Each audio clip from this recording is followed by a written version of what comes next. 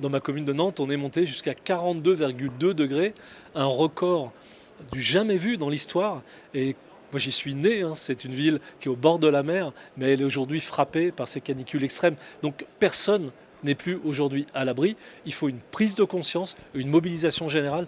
La question du climat, elle doit revenir au cœur du débat public et on doit stopper ceux qui nous empêchent d'agir pour limiter le changement climatique ou pour réellement s'adapter au changement climatique. Mais de la même manière qu'on veut des fonds européens pour aider massivement les plus modestes à acheter une voiture électrique, de la même manière on veut des fonds européens pour aider massivement les plus modestes à rénover leur logement et à garantir leur qualité de vie. Mais il va falloir aussi aider les écoles à se rénover, il va falloir aussi aider les hôpitaux à pouvoir accueillir plus de population. 2000 morts au moins la semaine dernière, 15 derniers jours en France, plus de 60 000 morts en France liés à l'augmentation de la température tous les ans.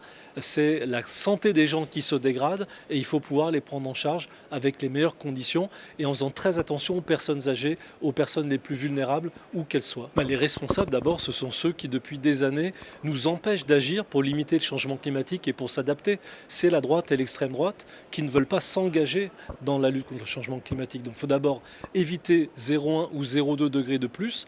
Ce serait 2 fois plus de tempêtes, de canicules ou d'incendies demain. Et il faut ensuite vraiment accompagner, préparer l'ensemble des territoires, l'ensemble des populations à faire face à ces phénomènes de plus en plus graves. C'est des zones de rafraîchissement, c'est de la végétalisation en ville, c'est de la rénovation thermique des logements. Ce sont des investissements considérables qu'il faut faire pour vivre et habiter différemment nos villes, que ce soit dans les territoires ruraux ou urbains. Mais qu'on prend l'exemple du logement, mettre des rideaux réfléchissants ou remplacer les rideaux extérieurs, mieux ventiler les logements, c'est déjà des réponses immédiates qui améliorent la vie des gens. Donc on peut faire des choses très très rapidement. Mais il ne faut pas se raconter d'histoire. Il n'y a personne qui a de baguette magique pour résoudre le problème. La climatisation n'est pas une baguette magique. Il faut le mettre là où c'est absolument nécessaire pour protéger les gens. Mais si on le faisait massivement, ce serait une catastrophe écologique. Donc oui, quand on plante dans une ville, en quelques années, ça change complètement la température de proximité.